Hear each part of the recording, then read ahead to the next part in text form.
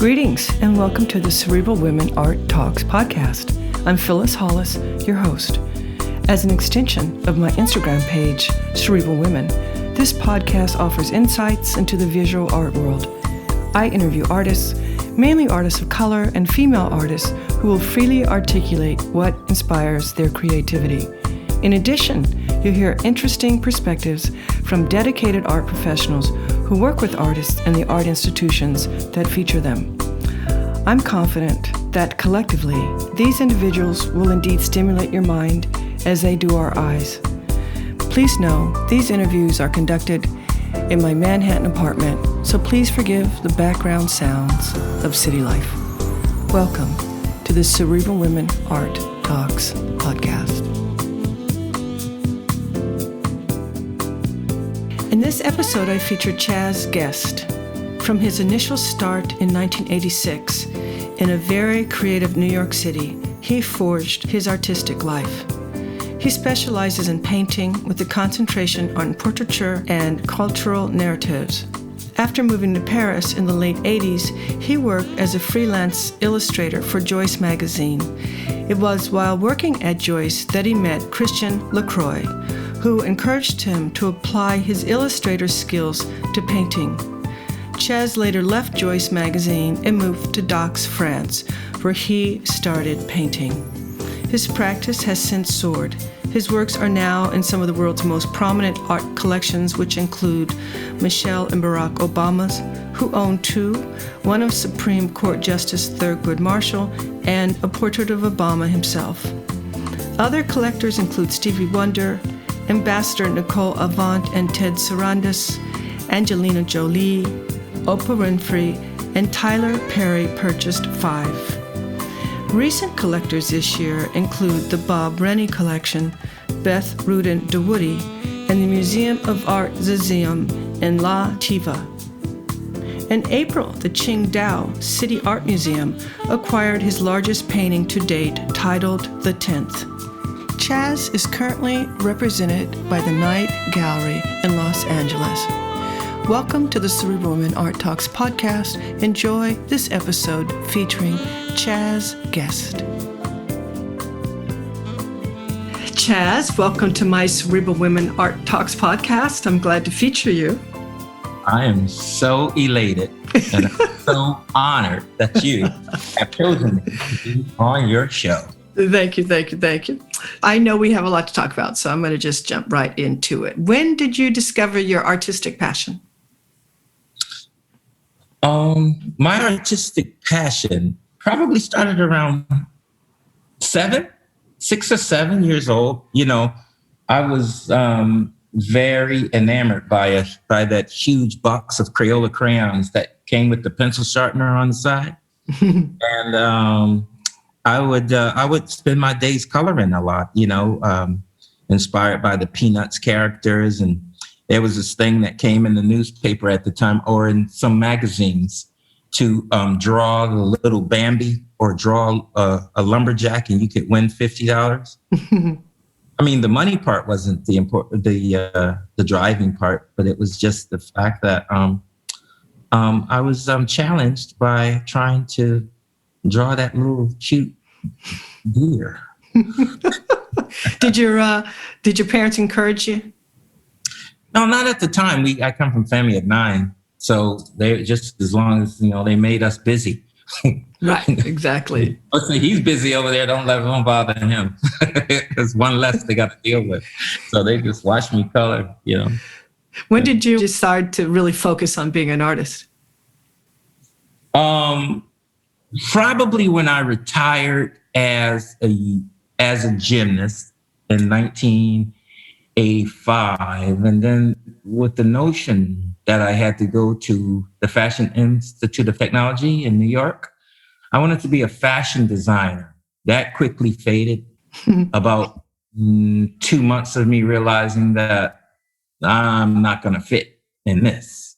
And so I saw Antonio Lopez, who was this great fashion illustrator in New York at the time. This one article he did for Oscar de la Renta just blew me away. And then the GQ magazine came out and I saw what he did for Missoni. And I declared that I wanted to do that for the rest of my life. So I met him. He showed me a couple of tricks in fashion. And then unfortunately, he died of AIDS at the time. And then I took a one-way ticket to Paris, France. And I did my first magazine cover for Yves Saint Laurent. That was a Joyce Paris magazine. And then after it was Christian Lacroix, I was hired to do one illustration for this fashion designer who encouraged me to try painting. So by the time I got back to New York, I threw myself into discovering how to paint. And ironically, it wasn't about the painting. I was blown away by the rabbit skin glue, the priming of a linen canvas. I just went right down to the gist of it. And it was the surface that I would prepare to paint on that really got me going.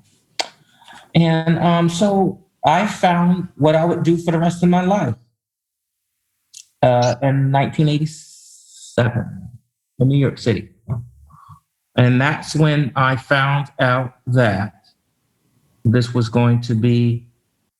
is how I discovered my artistic passion. Interesting. It's an interesting journey, a different journey. Mm-hmm. It's a movie.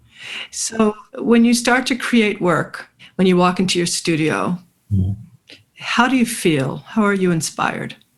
When I walk into my studio now? Yes.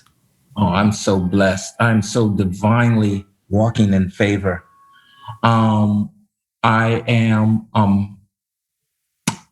just blown away by when a person concentrates. You know, we're such fantastic creatures if we concentrate. So when I walk into my studio and I see my paintings here, paintings that I'm working on, and the space in which I've created, I am just so blown away by if you focus, you really can do what it is that you want to do. You know, you have to be very crafty, be able to move people out of your way or closer to you, whichever. There's going to be very few you should move closer to you, but if you're crafty at moving people around, because sometimes it can be detrimental. So I made sure I paid close attention to that. And trust me, this is why I get to really enjoy my life as a painter. What do you feel is the purpose of art? The purpose of art? Wow. I mean, the purpose of art is is expression. The purpose of art is to record. The purpose of art is for me, it's our history. It's that amazing African-American history that's not told. As did Leonardo da Vinci and Picasso and so on and so on. They recorded what was important to them. And so what's important to me is our amazing history. And especially now that it's so misrepresented. So I guess that leads us into the discussion of your painting of Thurgood Marshall. Yes, because it seems so easy to forget these amazing giants. Like, makes me happy that Harriet Tubman will be on the $20 bill. This kind of thing. So you're doing the same thing. You're trying to still these people in history so that they won't be forgotten. And so, one day I woke up and said, Thurgood Marshall needs to be painted. And there's not a painting out there that really gets me. And so I created it, and it wound up in the White House. What other greats have you painted? Probably, oh my goodness. Gosh, I don't even take a record of it, but trust me, probably every day of my life, I'm waking up wondering which other person I could paint.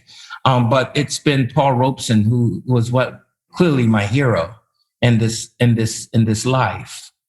There's I painted Maya Angelou. I painted, I don't have it recorded in my mind to like bat off like that. But for the most part, it's the unsung heroes. Like if you look at a lot of my work, I regard those people who made it possible for us to be here, like all those people that picked all that cotton and went through so much suffering and were so strong to have their DNA passed on that lives within me and you. Those are the people that I really, really record that can pop up in my recollection readily, I'm looking at a picture of you painting a child surrounded by cotton, a picture of a soldier. Mm-hmm. I painted the Buffalo Soldiers. And this is where, my superhero comes from. These people need to be recorded. There were women Buffalo Soldiers too. I'm going to do a series of them as well. That they're not recorded in history. Things like that. I try to right now I'm working on what must have been like in the 1940s during the war, World War II, which my father fought in.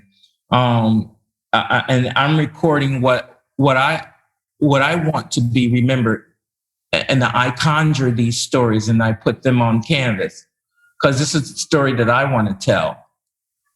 And why wait for somebody else to tell it? I'm going to take that initiative and I'm going to tell it myself through the medium of painting or sculpting. You paint mainly figurative art. Have you ever leaned towards abstraction at all?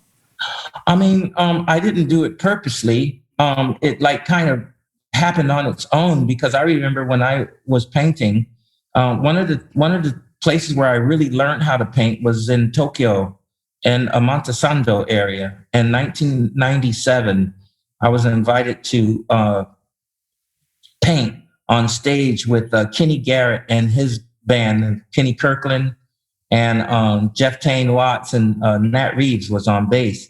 And I just couldn't believe that this absolute maestro, this genius, who I found out about when he was playing with Miles Davis. And I was like, who in the hell is that guy blowing that horn like that? And, so he was preaching on the horn. And with my dad being a minister of the church and growing up, I was able to recognize it. Like John Coltrane father was a minister too. So he had the same thing. So, so I pretty much was elated when he asked me to come to Japan and paint on stage because those guys taught me how to paint.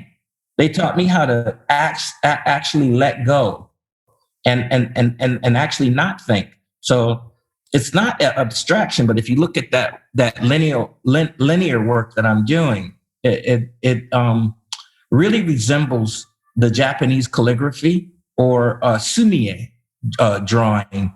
And that's pretty much the way that I start every painting underneath the oil. So it's funny that you asked that, because if you were to strip the oil paint from my paintings, you will find a very reedy, quick-moving, abstract drawings underneath. When you're working, do you ever think about who your audience is?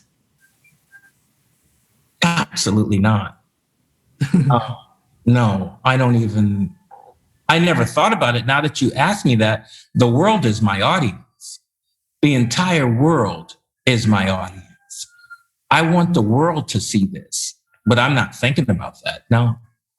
How has your practice changed over the years? My practice had become more determined, I should say. I'm more determined to tell our stories through this medium.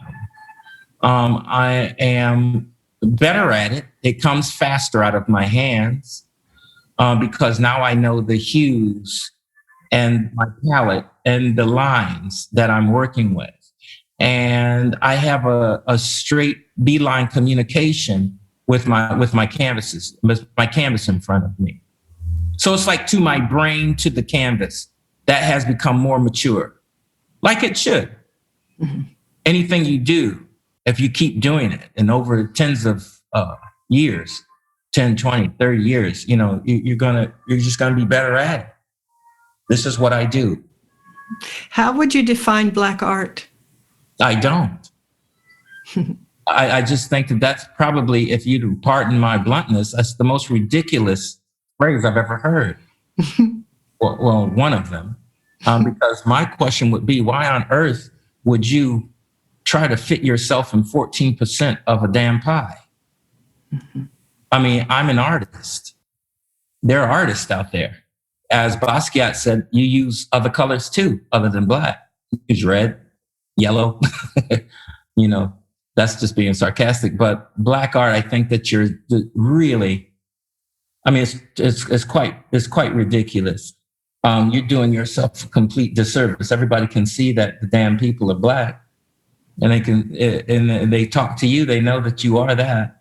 Why on earth would you want to put such a title on your fantastic expressions?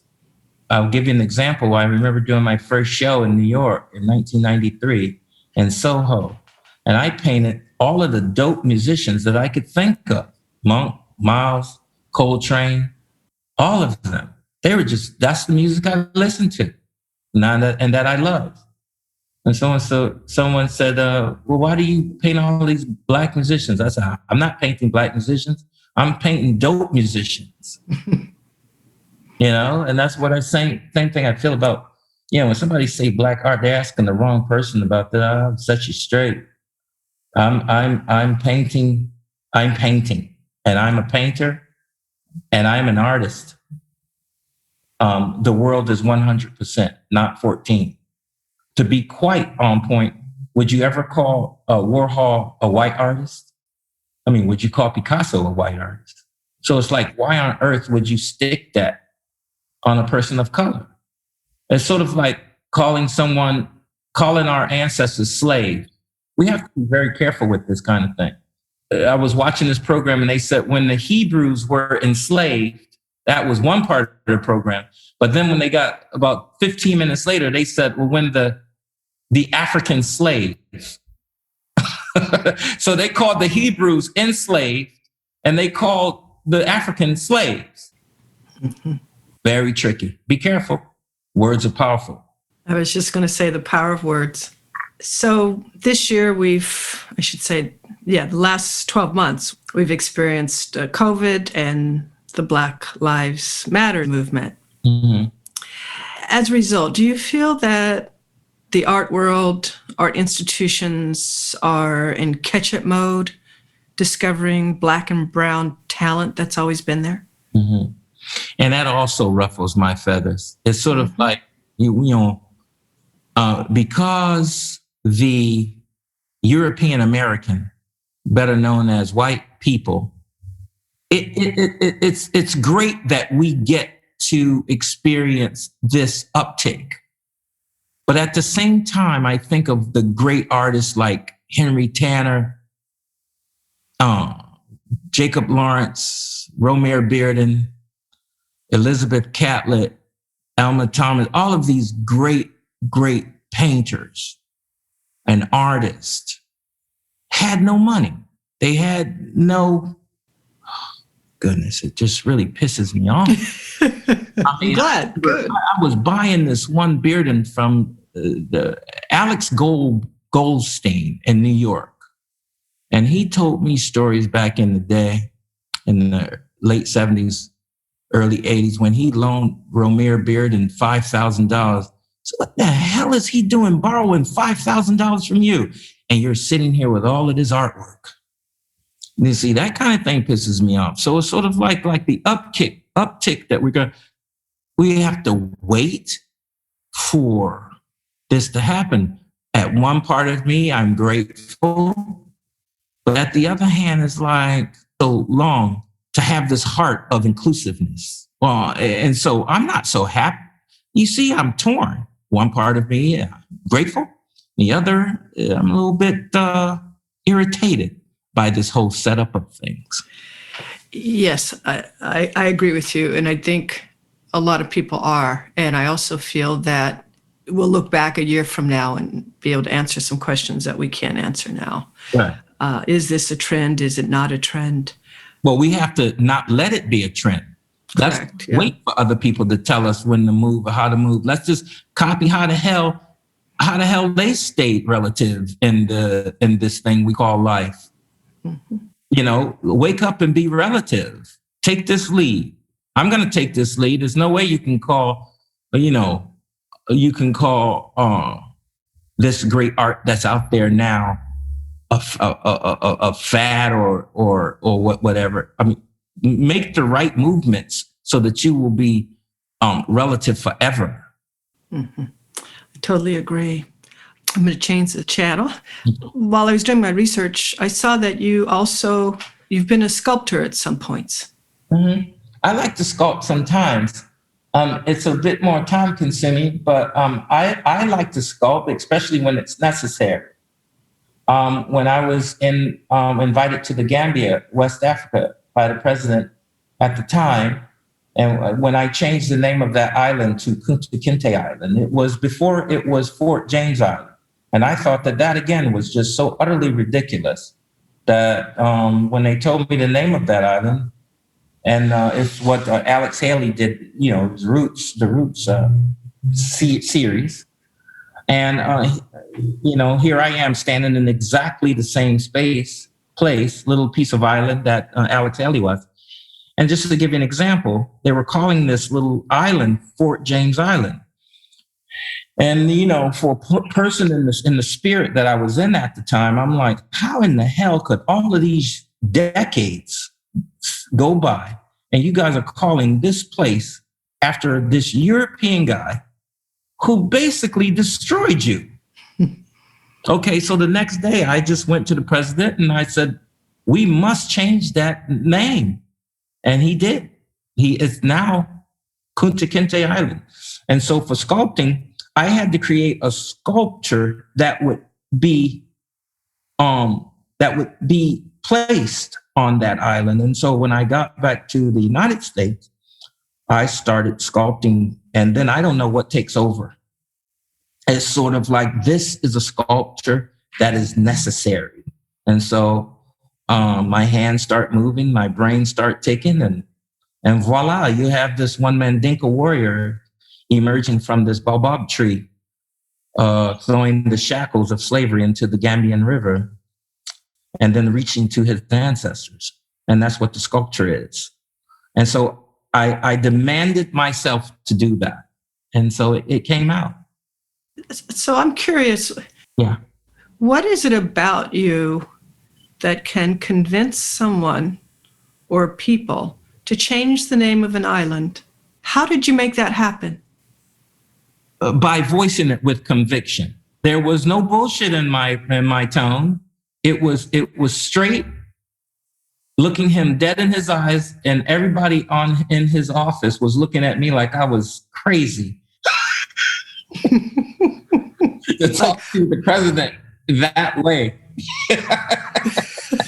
I had to ask the question, you know. Right now, I'm visiting in my brain, in my recollection, me standing there, telling the president, we got to dig those people out of that ground and throw them in the river. He started laughing so hard. I mean, he's like, I like this guy. He made me a goodwill ambassador. That's great. Humor, right? Making people feel good. Yeah. And it's sort of like, you know, let's not leave you. People are powerful. You just have to find your place. When I stand and I talk to about something, but it's not me talking. It's all of the forefathers and foremothers coming through me. It's sort of like, it's not just me. That would be very pompous. I'm my father's son, and then I'm my grandfather's grandson, and so on and so forth. And, you know, my female queens in my life. I don't stand there by myself. I come into a place with a whole lot of folks behind me. It's obviously strong because they listened and they took action. That's a wonderful thing. Gee whiz, you need to do more of that, Oh, absolutely. I'm working on us right now here in this country because it's all whacked. I mean, I need to have a couple of lunch meetings with some of these folks.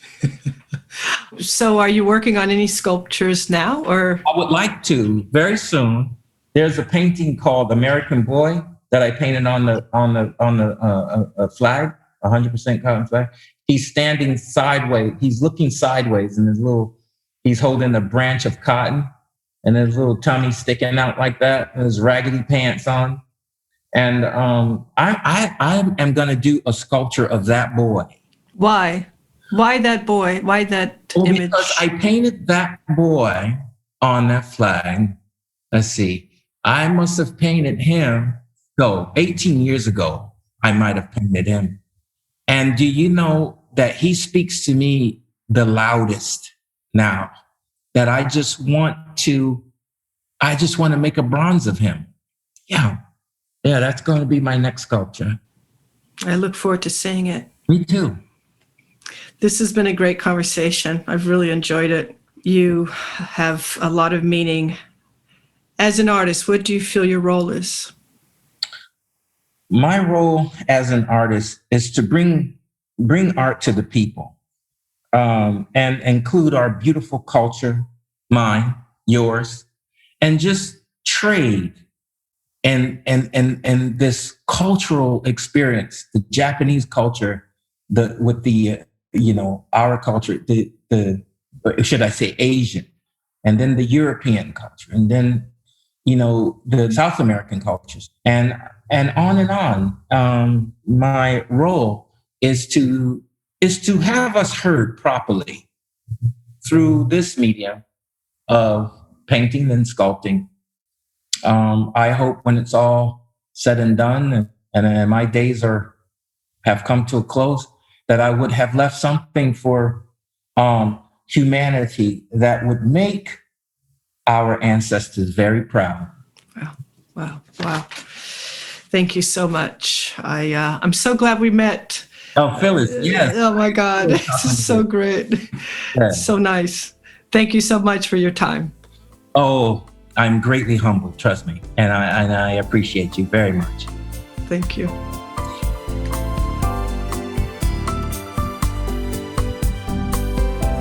Thank you for listening to Cerebral Women Art Talks podcast.